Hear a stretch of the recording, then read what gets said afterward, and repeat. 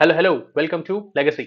अभी हम देख चुके हैं ह्यूमन रिसोर्स मैनेजमेंट क्या होता है, ह्यूमन रिसोर्स की प्लानिंग किस तरह करी जाती है, किस तरह टैलेंट का एक्विजिशन करना पड़ता है, किस तरह उनको ट्रेन, जो रिसोर्सेज है, जो एम्प्लॉइज हैं, जो ह्यूमन रिसोर्सेज हैं, उसको ट्रेन और डेवलप करना पड़ता है। इसके बाद अभी हम देखेंगे कि किस तरीके से उनमें मोटिवेशन हमें देनी पड़ती है। जो एम्प्लॉइज आपके पास है, मोटिवेशन किसी भी ऑर्गेनाइजेशन में लोगों को काम करने की जरूरत रहती है, अलग अलग टाइप की मोटिवेशन होती है। तो as a human resource manager किस तरह लोगों को मोटिवेटेड रखना है, वो हमें इस चैप्टर में सीखना है। अगेन, दो चीजें आपको याद रखनी है। पहली चीज कि हम किस पर्सपेक्टिव से पढ़ रहे हैं, हम ना ही एम्प्लॉयर है ना ही एम्प्लॉय है, हम एक मैनेजर हैं जिसके पास ऑर्गेनाइजेशन की सारी रिसोर्सेज है और उसको मेक श्योर करना है कि सही वक्त पे सही लोग सही जगह पर अवेलेबल हो काम करने के लिए। दूसरी चीज, क्योंकि ये फास्ट ट्रैक रिवीजन है, फास्ट ट्रैक कवरेज है ह्यूमन रिसोर्स मैनेजमेंट का, तो थोड़ा फास्ट आपको लग सकता है। इसके लिए अपने स्वाद अनुसार यूट्यूब पे स्पीड को थोड़ा कम या थोड़ा ज्यादा आप कर लीजिएगा। Now we are on unit number 5, that is motivation in action. तो इसमें हम देखेंगे कि मोटिवेशन के बेनिफिट्स क्या होते हैं, कौन कौन से टूल्स होते हैं मोटिवेशन के, और फिर चैप्टर खत्म हो जाएगा। सबसे पहली बात, मिस्टर एंड्रयू ने बोला है कि जो लोग who are unable to motivate themselves, जो लोग खुद को मोटिवेट नहीं कर पाते, वो खुश रहते हैं मीडियोक्रिटी से, भले ही उनमें कितना अच्छे से अच्छा टैलेंट हो। मतलब मोटिवेशन क्या है? एक ड्राइविंग फोर्स है जो आपको किसी भी गोल की तरफ, किसी भी गोल को पूरा करने के लिए with a sense of integrity, sense of direction और कांस्टेंट एफर्ट, इंटेंसिटी के साथ उस एफर्ट को पूरा करने के लिए आपको प्रेरित करता है। उसे कहते हैं मोटिवेशन, उस फोर्स को मोटिवेशन कहते हैं। इससे आप कोई भी काम जो एम्प्लॉय करता है वो ज्यादा कमिटमेंट के साथ करता है, ज्यादा एंथुजियाज्म के साथ करता है, ज्यादा इंटरेस्ट के साथ करता है। मोटिवेशन अनेबल करता है कि लोग चैनलाइज कर सके अपनी एनर्जी और एफर्ट्स को towards the efficient task performance. Motivation दो टाइप की होती है, एक होती है इंट्रिंसिक मोटिवेशन और एक होती है एक्सट्रिंसिक मोटिवेशन। इंट्रिंसिक मोटिवेशन मेरे अंदर से आती है, मेरी इनर ड्राइव होती है। जो एम्प्लॉय कोई चीज, जब कोई कोई पर्सन कोई चीज कोई एक्टिविटी में एंगेज होता है, वो खुद के लिए जब करता है, वो अपनी स्किल्स को अच्छा करने के लिए, अपने प्लेजर के लिए करता है, उसे कहते हैं इंट्रिंसिक मोटिवेशन। ये इसका एग्जांपल हो गया, जब आप कोई हॉबी को परस्यू करते हो, वो हो गया इंट्रिंसिक। यहाँ पे कोई एक्सटर्नल इंसेंटिव इन्वॉल्व नहीं रहता है। लेकिन एक्सट्रिंसिक मोटिवेशन वो रहती है जब कोई पर्सन मोटिवेट होता है एक्सटर्नल फैक्टर से। मतलब अगर मैं ज्यादा काम करूंगा तो मुझे हाइक मिल सकती है, बोनस मिल सकता है, ज्यादा सैलरी मिल सकती है, प्रमोशन मिल सकता है, लोगों के बीच में तारीफ मिल सकती है। ये सब एक्सट्रिंसिक मोटिवेशन होती है। तो हम ये पढ़ क्यों रहे हैं? ये हम इसलिए पढ़ रहे हैं ताकि ऐसा मैनेजर मुझे पता हो कि लोग किस चीज से मोटिवेट होते हैं, ताकि मैं उन्हें मोटिवेटेड रख सकूं, ताकि वो मेरी ऑर्गेनाइजेशन में अच्छे से काम कर सकें। ठीक है? तो जो मोटिवेशन है, हर एक इंडिविजुअल अलग अलग तरीके से मोटिवेट होता है, उसमें अलग अलग फैक्टर्स होते हैं। जैसे कि फाइनेंशियल फैक्टर्स होते हैं, या फिर मतलब उन्हें ज्यादा अगर पैसा मिलेगा तो। दूसरी चीज होती है कि आप स्टैंड आउट कर सको लोगों में, लोगों से आप अलग हो जाओ, आपको रिकॉग्निशन मिले, वो भी एक मोटिवेशन रहती है। इंपॉर्टेंट, ये बहुत इंपॉर्टेंट है कि हम एनालाइज करें हर एक इंडिविजुअल को और उसकी साइकोलॉजी को, कि किस चीज से वो मोटिवेट होता है, किस चीज से एनर्जाइज होता है, ताकि वो हम उसे गोल के अचीवमेंट में लगा सकें। तो मिस्टर डुबिन ने बोला है कि जो complex, the complex of forces starting and keeping a person at work in an organization, उसे कहते हैं मोटिवेशन। जो बहुत कॉम्प्लेक्स फोर्स रहती है, जो लोगों को से काम करवाती है और उनको करवाते रहती है, जो उन्हें रखती है, keeping the people at work, at the place of work. Now motivation ऐसी चीज होती है जो मूव करती है पीपल को, उन्हें और कंटिन्यू कराती है in the course of action, जो कि उन्होंने ऑलरेडी इनिशिएट कर चुका है। यूनिट ऑब्जेक्टिव हमने जस्ट अभी देखे। अभी हम देखेंगे importance and benefits of motivation. जो मोटिवेशन है एक पॉजिटिव इंपैक्ट डालता है बिजनेस के ऊपर, और इसके कुछ बेनिफिट्स अभी हम देखते हैं। सबसे पहली बात है कि जो यूटिलाइजेशन है फैक्टर्स ऑफ प्रोडक्शन का, वो ऑप्टिमम हो जाता है। मतलब अगर कोई दो इंसान है, एक जो मोटिवेटेड नहीं है और एक जो बहुत ज्यादा मोटिवेटेड है, अगर कोई भी फैक्टर ऑफ प्रोडक्शन है, मतलब इक्विपमेंट है, मशीनरी है, फाइनेंस है, तो जो इंसान मोटिवेटेड ज्यादा है वो उसको हैंडल करेगा, मैन पावर हैंडल करेगा उसे। तो जो मैन पावर मोटिवेटेड है वो बेस्ट प्रैक्टिसेस, बेस्ट प्रोसेस को यूज करेगा, जिससे कि ऑप्टिमम रिजल्ट मिलेंगे। जो सारे जितने फैक्टर्स ऑफ प्रोडक्शन है उसका सही इस्तेमाल, सही अमाउंट में, सही क्वांटिटी में, सही जगह पे इस्तेमाल होगा, क्योंकि लोग इंटरेस्टेड रहेंगे, मोटिवेटेड रहेंगे। फिर sense of direction, it is only through motivation कि कोई भी लीडर या टॉप मैनेजर है वो अपने वर्क फोर्स को एक डायरेक्शन दे सकता है और उन्हें कोर्स ऑफ एक्शन को फॉलो करने के लिए परस्यू कर सकता है। तो it is important to keep the workforce motivated for gradual, मतलब जो थोड़ा थोड़ा इंप्रूवमेंट और एडवांसमेंट होता है और कंटिन्यूस एडवांसमेंट हमारे मिशन की तरफ होता है, उसके लिए मोटिवेशन बहुत जरूरी है। दूसरी चीज है good work and industrial relations. एक मोटिवेटेड एम्प्लॉय ज्यादा सेटिस्फाइड रहता है, वो ज्यादा खुश रहता है, उससे एक हेल्दी रिलेशनशिप मेंटेन होती है अपने आपस के लोगों में, और फ्रिक्शन कम होता है स्टाफ और मैनेजमेंट के बीच में। मतलब रेजिस्टेंस कम होता है, ट्रेड यूनियन स्ट्राइक नहीं होती है, कलेक्टिव बार्गेनिंग नहीं होती है, लोग नहीं बोलते कि सैलरी ज्यादा बढ़ाओ, सब बोलते हैं आप काम ज्यादा करो, कंपनी को ज्यादा बढ़ाओ। फिर sense of loyalty and low attrition rate. इसका मतलब क्या हुआ कि एक मोटिवेटेड एम्प्लॉय जो है उसमें सेंस ऑफ बिलोंगिंगनेस रहती है, उसे लगता है ये कंपनी मेरी है, ये बैंक मेरा है, मैं इसके लिए काम कर रहा हूँ, तो ये मैं किसी और के लिए नहीं, ये अपने लिए काम कर रहा हूँ। ऑर्गेनाइजेशन जब किसी इंडिविजुअल की इमोशनल और फाइनेंशियल नीड्स का ध्यान रखती है, तो एम्प्लॉय अपनी बेस्ट कैपेबिलिटी देता है ऑर्गेनाइजेशन को। तो हमें किसी भी एचआर मैनेजर को समझने की जरूरत है कि किस तरीके से वो एसोसिएटेड रहे ऑर्गेनाइजेशन से लॉन्ग टर्म में, उसके लिए उसे अट्रैक्ट करना है ताकि, और उसके लिए हमें उसे मोटिवेटेड रखना पड़ता है ताकि हम उसे रिटेन कर सके ऑर्गेनाइजेशन में लंबे टाइम तक। अभी चेंज मैनेजमेंट होता है जब मोटिवेशन हमें हेल्प करती है रेजिस्टेंस को फाइट करने के लिए। मतलब जो वर्कफोर्स है वो कोई भी चेंज के अगेंस्ट रेजिस्टेंस देती है कि भाई स्ट्रक्चर चेंज हो रहा है, प्रोसीजर चेंज हो रही है, प्रोसेस चेंज हो रही है, हम कैसे करेंगे, हमसे नहीं बनेगा। लेकिन किसी भी डायनामिक वर्ल्ड में कांस्टेंट चेंज होता रहता है, इसके लिए हमें लोगों को मोटिवेटेड रखना पड़ता है ताकि वो एडजस्ट कर सके चेंजेस के लिए टाइम एंड टाइम अगेन में। अभी features and characteristics of motivation, motivation के क्या फीचर्स और क्या कैरेक्टरिस्टिक्स होते हैं जो उसे अच्छा मोटिवेशन बनाता है, जो उसे मोटिवेशन बनाता है। पहली होती है साइकोलॉजिकल एस्पेक्ट। मोटिवेशन असल में क्या है, वो एक साइकोलॉजिकल इनर फोर्स है। जब आपके माइंड में आपको कोई चीज समझ में आ रही है, माइंड के अंदर जो चीज होती है ना उसे क्या बोलते हैं, ऐसे करो, माइंड के अंदर जो चीज होती है ना उसे कहते हैं साइकोलॉजिकल। वो एक इनर फोर्स है जो लोगों को परसुएट करती है किसी एक तरीके से बिहेव करने के लिए और किसी एक तरीके से नहीं बिहेव करने के लिए। वर्क मतलब ज्यादा काम करो, इस तरह से करो, और लीव मत लो, एब्सेंट मत हो, इस तरह नहीं बिहेव करने के लिए भी परसुएट करती है। गोल ड्रिवन, जो मोटिवेशन है वो लोगों के बिहेवियर और एक्शन को डायरेक्ट करती है उस गोल की तरफ जिसकी तरफ ऑर्गेनाइजेशन चाहती है।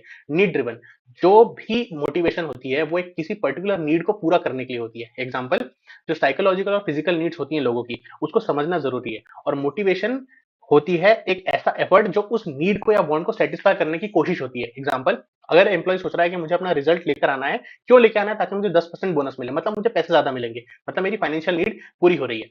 फिर मोटिवेशन के इधर भी पॉजिटिव और नेगेटिव दो तरह की होती है, एक होती है कैरेट अप्रोच और एक होती है स्टिक अप्रोच। कैरेट मतलब आपने अच्छा किया तो आपको बोनस दे देंगे, आपको पब्लिक रेस देंगे, आपकी अप्रिसिएशन करेंगे। स्टिक अप्रोच, अगर आपने अच्छा काम नहीं करेगा आपको लाठी से मारेंगे, नहीं, इसका मतलब है कि आपको डिमोट कर देंगे, आपको सस्पेंड कर देंगे, आपको रिप्रीमेंड करेंगे, आपको डांटेंगे कि आपने आपका गोल पूरा क्यों नहीं करा। कंटिन्यूअस प्रोसेस, जो मोटिवेशन है कंटिन्यूअस प्रोसेस होती है। कोई एक चीज के पूरा हो जाने से आप कोई इंसान रुक नहीं जाता, उसके बाद उसको अगली चीज चाहिए होती है और इस तरह साइकिल चलती रहती है। मोटिवेशन एक बहुत कॉम्प्लेक्स साइकोलॉजिकल फिनोमेन रहता है जिसमें ह्यूमन बींग्स, क्योंकि ह्यूमन बींग्स बहुत कोई कॉम्प्लेक्स बींग है, जो ह्यूमन माइंड है वो कॉम्प्लेक्स होता है, उसमें अलग अलग टाइप के एस्पेक्ट्स और नीड्स होती हैं जिसको अलग अलग तरीके से हैंडल करना पड़ता है। इसलिए मोटिवेशन भी कॉम्प्लेक्स तरीके की होती है। फिर tools of motivation, tools of motivation, जो किसी भी ऑर्गेनाइजेशन में जिसमें हैप्पी और सेटिस्फाइड वर्कफोर्स है वो ज्यादा अच्छा काम करती है, लेकिन एज कंपेयर टू जो ऑर्गेनाइजेशन जिसमें अनमोटिवेटेड लोग हैं वो ड्रास्टिकली प्रोडक्टिविटी को और वर्क रिलेशन को अफेक्ट करते हैं, मतलब उसकी वजह से काम अच्छे से नहीं हो पाता है। तो ऑर्गेनाइजेशन को अलग अलग टूल्स को यूज करना पड़ता है ताकि वो लोगों को का मोरल हाई रख सके। उसके लिए वो फिजिकल या मॉनिटरी रिवॉर्ड भी यूज कर सकती है, इंटरनल या इंट्रिंसिक रिवॉर्ड्स भी यूज कर सकती है जिससे कि लोगों का सेल्फ एस्टीम अच्छा हो। और इसमें से कुछ मोटिवेशनल टूल्स जिसको अप्लाई कर जाता है अभी हम देखते हैं। पहला होता है job characteristic model. Job characteristic model क्या होता है, यहाँ पे हर एक जॉब की कुछ सर्टेन नेचर और कैरेक्टरिस्टिक्स होती हैं जिसे हमें कंबाइन करना पड़ता है उसे एक मीनिंगफुल काम बनाने के लिए, मतलब बहुत सारी स्किल्स की जरूरत होती है जिससे कोई पर्टिकुलर जॉब पूरी हो सके। तो इन सारी कैरेक्टरिस्टिक्स जब किसी जॉब में होती हैं तब हम बोलते हैं कि ये जॉब ज्यादा बेटर है, वर्थ वाइल है किसी और जॉब से। तो इसमें 5 डायमेंशन होते हैं, कोर डायमेंशन। पहला क्या होता है, स्किल वैरायटी। एक ऐसी जॉब जिसमें अलग अलग टाइप की एक्टिविटीज हैं उसके सक्सेसफुल कंप्लीशन के लिए रिक्वायर्ड, और हर एक एक्टिविटी को पूरा करने के अलग स्किल रख रही है। मतलब कि अगर हमें ऑडिट करना है तो सिर्फ फाइनेंशियल स्किल्स लगती हैं, लेकिन अगर हमें मैन्युफैक्चरिंग करनी है तो उसमें assembly, manufacturing, financing, human resource, बहुत सारी चीजें एक साथ लगती हैं। तो इसमें स्किल की वैरायटी लगती है हमें। और टास्क आइडेंटिटी, इसमें क्या होता है कि कोई भी डिग्री, जिसमें हम जो डिग्री ऑफ कंप्लीशन है वो किसी एक particular identifiable piece of work से कर सके। मतलब अगर मैं बोल रहा हूँ कि मुझे 10 सोफे बनाने हैं तो एक सोफा जब बन जाएगा तब मैं बोलूंगा एक पीस पूरा हो गया। ये as compare to part completion से अच्छा है। मतलब ये मेजरमेंट का तरीका है, किसी भी जॉब की आइडेंटिटी आप डिफाइन कर सकते हो कि भाई एक सोफा बन गया 10 में से। ऐसा नहीं कि मैंने सोफे का एक पैर लगा दिया, फिर दूसरा पैर लगा दिया, अभी कितना काम हो गया तो तीसरा पैर लगा दिया, नहीं, पहला सोफा बन रहा है, ऐसा बोलेंगे। तो उसकी एक आइडेंटिटी होती है टास्क की। फिर टास्क का सिग्निफिकेंस, जो जॉब है वो ज्यादा सिग्निफिकेंट होती है अगर उसका एक सब्सटेंशियल इंपैक्ट होता है दूसरों की जिंदगी पर। चौथी चीज, ऑटोनॉमी। ऑटोनॉमी होता है कि एम्प्लॉय का डिस्क्रिप्शन, कि वो डिसाइड कर सकता है कब, कहां और किस तरीके से टास्क को परफॉर्म करना है। जितनी ज्यादा ऑटोनॉमी रहती है, जितनी उसके पास खुद की डिसीजन लेने की पावर रहती है, उतनी उसकी रिस्पॉन्सिबिलिटी रहती है। और जितनी उसकी रिस्पॉन्सिबिलिटी रहती है वो अपने आप खुद मोटिवेटेड रहता है काम को करने के लिए। एम्प्लॉय फीडबैक, ये फीडबैक रहता है जहां पे क्लियरली और डायरेक्टली और क्लियरली मेजर आप इंडिविजुअल के एफर्ट को कर सकते हो, और इससे आपको डायरेक्ट इंफॉर्मेशन मिल जाती है कि आपने कितना अच्छे से काम करा है, लोग बता देते हैं आपने अच्छा काम किया नहीं किया। तो ये है 5 कोर कैरेक्टरिस्टिक्स। अभी होती है जॉब रीडिजाइन। जॉब रीडिजाइन, जब हम रीडिजाइन कर रहे हैं किसी जॉब को, रीस्ट्रक्चर कर रहे हैं किसी टास्क को और रिस्पॉन्सिबिलिटीज को इस तरीके से कि हम एम्प्लॉयज को इंस्पायर कर सके। यहाँ पे एम क्या है कि हम राइट लोगों को राइट जॉब में प्लेस कर सकें, जिससे कि उनका सेटिस्फेक्शन बढ़े। सिर्फ राइट लोगों को राइट जगह पे नहीं डालना है, ऐसा नहीं कि वो दुखी करके उसको मार के बेच रहे हैं, उसका सेटिस्फेक्शन भी बढ़ना चाहिए, उसे खुशी भी होनी चाहिए। मतलब खुशी किस तरह से, कि उसका लेवल बढ़ गया, उसका फंक्शन बढ़ गया, उसका काम बढ़ गया, उसका औहदा बढ़ गया, तो एम्प्लॉय को इंपॉर्टेंट फील होता है, इंपॉर्टेंट असेट की तरह फील होता है। तो इसकी कई सारी अप्रोचेस होती हैं जॉब रिडिजाइन करने की। पहला होता है जॉब रोटेशन। इसमें क्या होता है कि एक एम्प्लॉय को हम 2 से 3 4 जॉब में, जो कि सिमिलर स्किल की रहती है, उसमें मूव करते रहते हैं। उससे उसे बोर्डम और ग्रेजुअल डिसइंटरेस्ट जो होता है, जिसकी वजह से प्रोडक्टिविटी कम होती है, वो नहीं होती है। ओवर रूटिनाइजेशन नहीं होता है, एक ही काम को बार बार नहीं करना पड़ता, अलग अलग काम करता रहता है। इसके एडवांटेज और डिसएडवांटेज दोनों है। पहला एडवांटेज क्या है कि जॉब रोटेशन से मोटिवेशन बढ़ती है, और ऐसी वर्कफोर्स आपके पास बनती है जिसके पास बहुत सारी स्किल्स रहती हैं, लेकिन आपको ट्रेनिंग बहुत ज्यादा करनी पड़ती है, क्योंकि अलग अलग इंप्लॉय को अलग अलग जगह पे आप डाल रहे हो, और इससे जब आप किसी बंदे को नई जॉब में डालते हो तो उसकी एफिशिएंसी कम हो जाती है। उसके बाद जॉब एनलार्जमेंट का मतलब क्या होता है कि हम वाइडनिंग कर देते हैं range of the particular task. मतलब कोई भी हॉरिजॉन्टल, एक होता है हॉरिजॉन्टल लेवल और एक होता है वर्टिकल लेवल। हॉरिजॉन्टल मतलब सेम लेवल पे पहले एक मैनेजर था, इसके अंदर 10 एम्प्लॉइज काम करते थे, फिर हमने उसके स्कोप को बड़ा कर दिया, उसके अंदर अब 20 लोग काम करने लगे, उसकी रेंज को हमने बड़ा कर दिया, और this results in reducing the monotony. Added responsibility आ जाती है और लोग ज्यादा खुश हो जाते हैं कि ज्यादा काम मिल रहा है। जॉब एनरिचमेंट क्या होता है, जब हम छोटे छोटे जॉब्स को मिला के एक बड़ा लार्ज मॉड्यूल ऑफ वर्क बना देते हैं और उस बंदे को दे देते हैं कि ये पूरा करके दो। इससे उसके पास ज्यादा अथॉरिटी, ज्यादा कंट्रोल, ज्यादा ऑटोनॉमी, मतलब खुद के डिसीजन लेने की और प्लान और एग्जीक्यूट करने की पावर आ जाती है, तो वो और ज्यादा मोटिवेट हो जाता है कोई काम को करने के लिए। दूसरा तरीका लोगों को मोटिवेट करने का होता है अल्टरनेटिव वर्क अरेंजमेंट। इसका मतलब क्या होता है कि हम जॉब रिडिजाइनिंग नहीं कर रहे। दूसरा तरीका है लोगों को मोटिवेट करने का कि आप फ्लेक्सिबल वर्क टाइमिंग्स कर दो। मतलब हम बोलते हैं, यूजुअली आईटी में ऐसा होता है कि कोई लोग होते हैं जिनका सुबह अच्छा काम कर सकते हैं, कोई लोग ऐसे होते हैं जो रात में काम अच्छे से कर सकते हैं। तो हम बोल देंगे कि भाई आपको जिस टाइम पे आना है आप आ जाओ, लेकिन एक हफ्ते में आपको कम से कम 40 घंटे, तो 48 आवर्स तो आपको एक एक हफ्ते में काम करना पड़ेगा। अब आप सुबह काम करो या रात में काम करो, हमें फर्क नहीं पड़ता। यूजुअली आईटी सेक्टर में ऐसा होता है। आप अपने हिसाब से डिसाइड कर लो, इससे लोग अपने टाइम के हिसाब से काम कर सकते हैं, काम पूरा करेंगे, लेकिन अपने दिन में जब काम करना है तब करेंगे। ऑफिस खुला रहेगा, आप जब आओ और चले जाओ, आपका काम पूरा होना चाहिए। फिर जॉब शेयरिंग में मतलब क्या होता है कि एक पर्टिकुलर जॉब की जो पोजीशन है उसको स्प्लिट कर देते हैं 2 लोगों में। मतलब मुझे एक बंदा है जिससे मुझे टाइपिंग करवानी है, एक्सेल में सारी एंट्रीज करवानी है। मैं बोलता हूँ कि मैं इसे, तुझे एक बंदा होगा तो 10,000 दूंगा, 2 लोग लगा दो 5,000 रुपए दे दूंगा। इससे क्या होता है कि उनका काम बढ़ गया, उनकी अ, उनकी सैलरी बढ़ गई, लेकिन उनका काम भी तो कम हो गया। वो अल्टरनेट डेज पर आ सकते हैं, अपना टाइम फिक्स कर सकते हैं, अल्टरनेटिवली काम कर सकते हैं। इससे क्या होता है कि एम्प्लॉय पे भी बर्डन नहीं आता, और ऑर्गेनाइजेशन को एक ही अमाउंट ऑफ पैसे पे 2 अलग अलग स्किल सेट के लोग मिल जाते हैं। लेकिन इसका प्रॉब्लम क्या है कि जो कंपैटिबिलिटी रहती है, कोऑर्डिनेट करने की पावर रहती है, वो कम रहती है, वो डिफिकल्ट रहती है लोगों के बीच में। इसकी वजह से कोऑर्डिनेशन इश्यूज आ सकते हैं, और अगर ऐसा हुआ तो पूरी ऑर्गेनाइजेशन की वर्क रिलेशनशिप और प्रोडक्टिविटी डाउन हो सकती है। टेलीकंप्यूटिंग का मतलब क्या होता है, लोग कंप्यूटर पे बैठ के घर से काम कर लेते हैं, जिसे कहते हैं वर्क फ्रॉम होम। कोविड 19 के टाइम पे वर्क फ्रॉम होम बहुत ज्यादा हुआ था। लेकिन वर्क फ्रॉम होम में एक प्रॉब्लम है, जो काम आप दूर से कर सकते हो, जैसे राइटर, एनालिस्ट वगैरह, वो तो कर सकते हो, लेकिन जो जहाँ पे फिजिकली प्रेजेंट होना जरूरी है, इन्वेंट्री काउंट हो रहा है, फिजिकल एग्जामिनेशन करना है किसी प्रोडक्ट का, तो वो सारी चीजें टेली कंप्यूटिंग के थ्रू नहीं हो सकती। तो इन 3 चीजों से क्या होता है, लोग और मोटिवेटेड फील करते हैं, क्योंकि कंफर्टेबल हो जाती है उनके लिए जॉब। अगली चीज आती है एम्पावरमेंट। ओ हेलो, आधा चैप्टर खत्म हो गया। Where is your focus? Focus. Empowerment it means delegating more power to the employees to make their own decisions without the approval of the senior. हम उन्हें ज्यादा पावर देते हैं कि सीनियर से बिना पूछे भी आप कुछ डिसीजन ले सको। ये नेसेसरी रहता है। ये जरूरी नहीं है कि हम उन्हें पैसे और देंगे ये काम करने के लिए, जरूरी नहीं है। हम, ये एक टूल है, साइकोलॉजिकल टूल है, जिससे उनका सेल्फ एस्टीम बढ़ जाता है। वो इनोवेटिव और एनकरेज होते हैं एम्प्लॉय ज्यादा इनोवेटिव चीज करने के लिए। उनकी हम एनकरेज करते हैं उनकी, ताकि हम उन्हें एनकरेज करते हैं ताकि वो यूटिलाइज करें अपनी स्किल्स को, एबिलिटीज को, क्रिएटिविटी को। उनकी अकाउंटेबिलिटी बढ़ जाती है उससे। जब एम्प्लॉय एडिक्वेटली ट्रेंड हो जाते हैं और उनको सारी इंफॉर्मेशन दे दी जाती है, उसके बाद उन्हें ये एम्पावर करा जाता है कि आप अपना काम खुद करिए। यहाँ पे एक कंड्यूसिव एनवायरनमेंट होना चाहिए एम्पावरमेंट के लिए। एम्प्लॉय को एनकरेज करना चाहिए कि भाई अब आपका कंट्रोल काम का आप खुद लो। सुपरवाइजर को रिसेप्टिव रहना चाहिए कि जो भी इनोवेटिव आइडिया एम्प्लॉय ने दिया उसके बारे में सोचे, उसको सुने, उसका फीडबैक दे।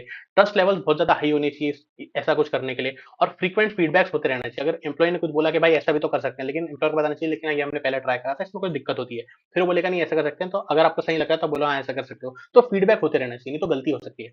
एम्प्लॉइज को एम्पावर करना है after carefully identifying how much authority and responsibility वो हैंडल कर सकता है। कहीं वो ओवरबर्डन या ओवर स्ट्रेस तो नहीं हो जाएगा, जितने में नहीं हो उतनी ही रिस्पॉन्सिबिलिटी उसे देनी है। ये कब होता है, जब एक फीलिंग ऑफ पावरलेसनेस आने लगती है, तब आपको एम्पावर कर देना चाहिए लोगों को।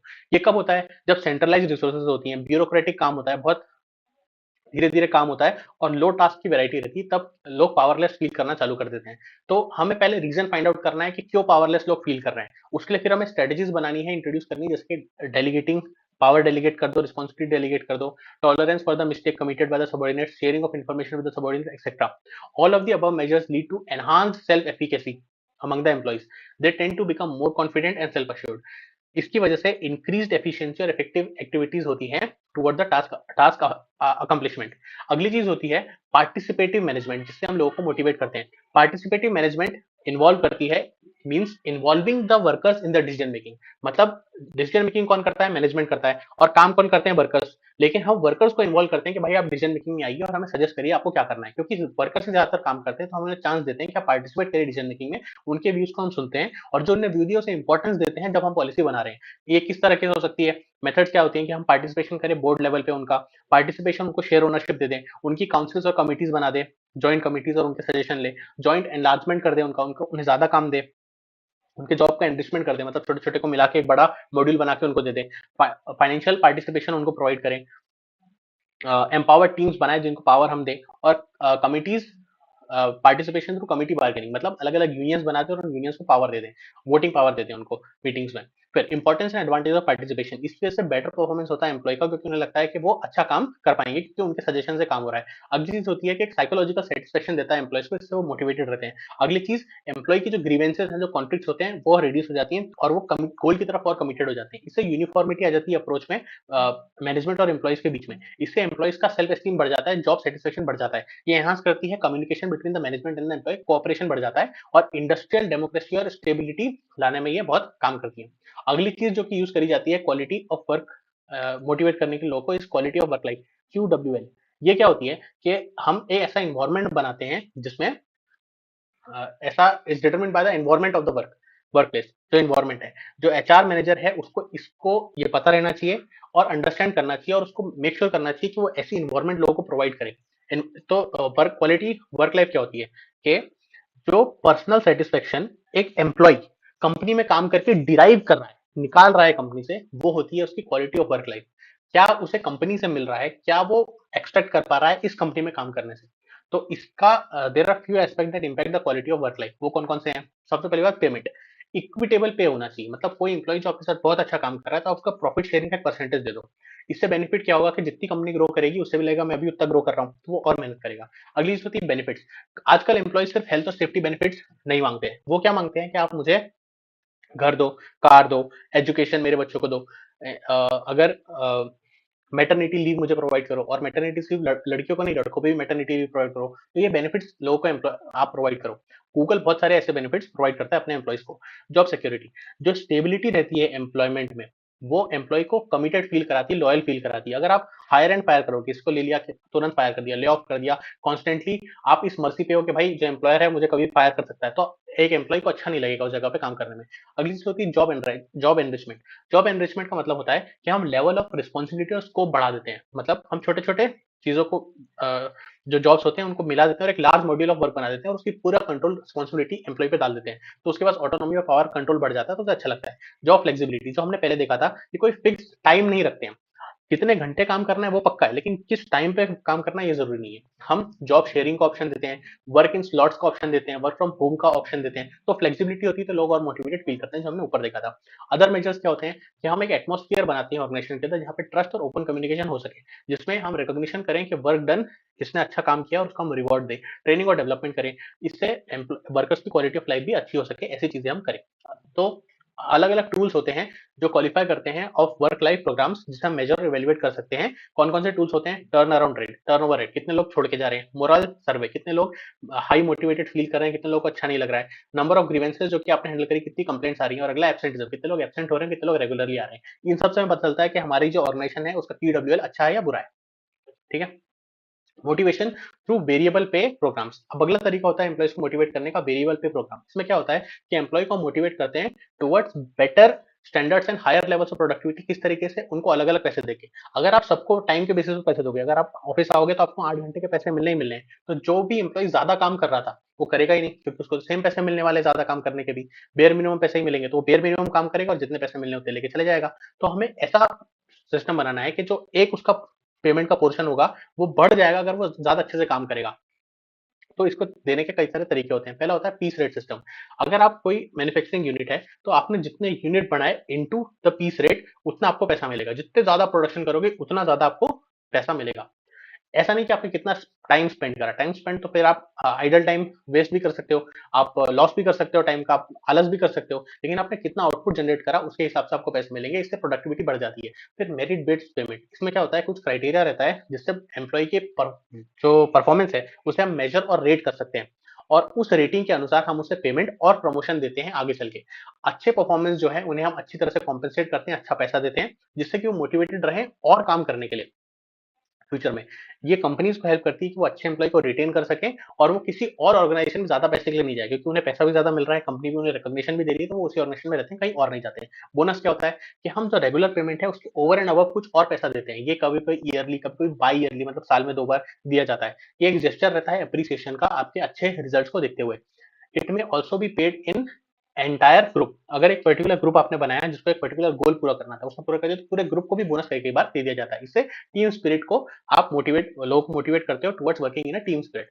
प्रॉफिट शेयरिंग क्या होता है कि अब जो कंपनी है अपने प्रॉफिट को डिवाइड कर देती है एक प्री डिटर्मिन परसेंटेज में, और जो एलिजिबल एम्प्लॉयज जिन्होंने बहुत अच्छा काम करा है उनको एक परसेंटेज ऑफ प्रॉफिट दे देती है। ठीक है, जो एम्प्लॉइज हार्ड वर्क करेगा उनको ये मिलेगा और इससे सेंस ऑफ सेटिस्फेक्शन और कमिटमेंट उनके अंदर आएगी ऑर्गेनाइजेशन के प्रति। एम्प्लॉय की प्रोडक्टिविटी और मोरल बढ़ जाएगा जिसकी वजह से फाइनेंशियल गेन्स बहुत ज्यादा बढ़ जाएंगे और ये बेनिफिशियल दोनों के लिए है, एम्प्लॉय और एम्प्लॉयर के लिए। फिर एम्प्लॉय स्टॉक ऑप्शन प्लान, मतलब जब कंपनी अपने शेयर्स बेचेगी तो वो किसी और को देने से पहले पहले अपने एम्प्लॉयज को ऑफर करेगी। इससे क्या होगा कि एम्प्लॉय ने जो ऑर्गेनाइजेशन का कल्चर बनाया हुआ है, जो लेगेसी बनाई हुई है, वो बाहर नहीं जाएगी, नए लोग नहीं आ पाएंगे। एम्प्लॉय जिसको पता है ऑर्गेनाइजेशन कैसी है, कैसे काम करती है, उनके पास ही रहेगी और एम्प्लॉय को भी स्पेशल फील होगा कि मार्केट प्राइस से कम रेट पे पहले कंपनी हमें शेयर्स प्रोवाइड कर रही है। और कंपनी के पास भी ये फायदा होगा कि भाई बाहर के लोग के पास ओनरशिप नहीं जाएगी, जो एम्प्लॉय हमारे अंदर है उन्हीं, जो ट्रेंड एम्प्लॉयज है जो हमारे वर्क कल्चर के अंदर है उन्हीं, उनके पास ओनरशिप जा रही है, तो कुछ प्रॉब्लम नहीं होगी, वर्क कल्चर चेंज नहीं करना पड़ेगा। फिर मेंटरशिप, मेंटरशिप में क्या होती है एक सीनियर होता है एक जूनियर होता है। जो सीनियर है वो जूनियर को ट्रेन करता है, मेंटर करता है, उसे इंफॉर्मेशन प्रोवाइड करता है, उसके डाउट सॉल्व करता है, नर्चर करता है उसको। ये फॉर्मल और इनफॉर्मल दोनों तरीके से हो सकती है। यहाँ पे ऑर्गेनाइजेशन की ओवरऑल प्रोडक्टिविटी बढ़ाने का कोशिश करता है। यहाँ पे मोरल मेंटरिंग क्या होती है, it is a supportive and nurture relationship between an expert and a notice. Mentor कौन होता है? मेंटर एक टीचर होता है, एक गाइड होता है, एक फ्रेंड होता है, एक सपोर्ट सिस्टम होता है मेंटी के लिए, जो अपना जूनियर है उसके लिए। मेंटरिंग हेल्प करती है मेंटी की स्किल्स को एनहांस करने के लिए, जिससे कि वो एक्सपीरियंस्ड और हाईली कॉम्पिटेंट स्टाफ जो है, जो ऑर्गेनाइजेशन के जो अच्छे लोग हैं जिन्हें काम करना आता है, वो जो यंग प्रोफेशनल्स हैं उन्हें अपनी एक्सपर्टीज ट्रांसफर कर सकते हैं ताकि उन्हें भी वो स्किल आ सके। इसकी वजह से जो जूनियर्स हैं उनका करियर अच्छा हो सकता है, वो ज्यादा रेजिलियंट और सेल्फ रिलायंट बन सकते हैं। जो मेंटर है वो हेल्प करता है लीडरशिप कॉम्पिटेंसीज डेवलप करने के लिए और स्टाफ की रिटेंशन में कोचिंग वगैरह के थ्रू ये काम करता है। क्योंकि जो लोग अब मान लो रिटायरमेंट किए जाएंगे तो उनको आप कोचिंग स्टाफ बना दो, वो और लोगों को सिखा देंगे। फिर एम्प्लॉय काउंसलिंग, एम्प्लॉय काउंसलिंग क्या होता है कि अगर कोई एम्प्लॉय है, कोई वो डिफिकल्टी फेस कर रहा है, उसका मोरल डाउन है, वो डिमोटिवेटेड फील कर रहा है, उसके जीवन में कुछ दिक्कत आ रही है, या तो वर्कलोड ज्यादा हो रहा है, टाइट डेडलाइन हो रही है, टीम स्पिरिट नहीं है, इंटरपर्सनल रिलेशन, फैमिली प्रॉब्लम चल रही है, तो एचआर उसके साथ बैठेगा, लाइन मैनेजर उसके साथ बैठेगा और उसके साथ बात करेगा कि क्या प्रॉब्लम है। वो उसको अपनी प्रॉब्लम बताएगा, उसकी प्रॉब्लम से वो फीडबैक लेगा, अपना फीडबैक देगा, बताएगा इसको कैसे सॉल्व करना है, सोल्यूशन प्रोवाइड करेगा और उसके उसे बताएगा क्या राइट डायरेक्शन है। अगर कुछ पैसे चाहिए तो थोड़ा बहुत लोन भी दे देगा उसको। तो ये करेक्टिव एक्शन होता है। जब एचआर मैनेजर को इस केस में स्टे इन टच करना पड़ता है, मतलब टच में रहना पड़ता है और फॉलो अप करते रहना पड़ता है कि भाई सब ठीक है कि नहीं, प्रॉब्लम सॉल्व हुई क्यों नहीं, कैसा जा रहा है, घर पे कोई प्रॉब्लम है तो सॉल्व हुई या नहीं हुई। इस तरह से जब एचआर मैनेजर करता है तो एम्प्लॉय और मोटिवेटेड और ऑर्गेनाइजेशन से कनेक्टेड फील करता है। Okay, this was it, good night. मेरा ये चैनल सब्सक्राइब करें और मेरे हर अपडेट आपको मिले, इसके लिए बेल आइकन जरूर दबाइएगा। आप सभी को मेरी ढेर सारी शुभकामनाएं।